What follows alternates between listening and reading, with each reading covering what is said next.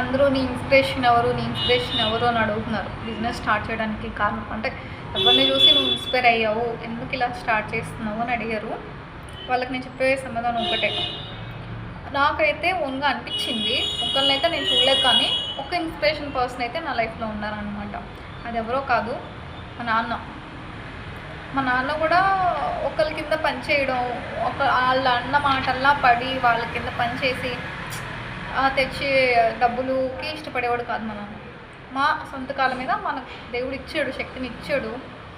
నాకు అలా ఇష్టం ఉండదు. నేను బిజినెస్ ఏదైనా పెట్టుకుంటాను అని చెప్పి మా నాన్న విజయవాడ వచ్చిన కొత్తలో మేము విజయవాడ వచ్చి దాదాపుగా ఇప్పుడు 12 years అయింది అనుకుంటానండి.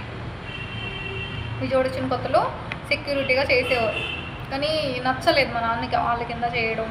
అంటే వాళ్ళకి అలా కాదు, మాటలు ఏదైనా చిన్న తప్పు చేసినా ఏం చేసినా కానీ మాట పడాలి కదా. మాట పడే తనం నుంచి నచ్చక నాన్న చిన్న బిజినెస్ స్టార్ట్ చేశాడు. ఏంటంటే ప్లాస్టిక్ సామాన్ అమ్మడం. అలా స్టార్ట్ చేశాడు. ప్లాస్టిక్ సామాన్ అంటే స్టూళ్ళు, బకెట్స్, ఇంకా మగ్గులు, ఇంకా అలా చాలా రకాలుగా ఉంటాయి కదా, అవి అమ్మారు అనమాట. నేను చదువుకునే రోజుల్లో నేను స్కూల్ నుంచి రాగానే నాన్నకు కూడా నేను హెల్ప్ చేసేదాన్ని. కానీ చాలా కష్టపడ్డారు మా నాన్నగారు అయితే కనుక. పొద్దున్న అన్నంగా వెళ్ళి నైట్ ఎప్పుడు అంటే ఎండైనా కానీ ఇంకా అలా ఉండిపోయేవారు అనమాట. చూసి నాకే జాలనిపించేది.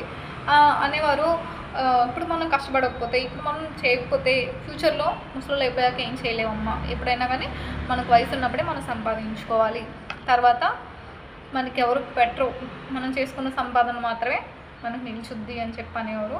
నాన్నని చూసి నేను నేర్చుకున్నాను.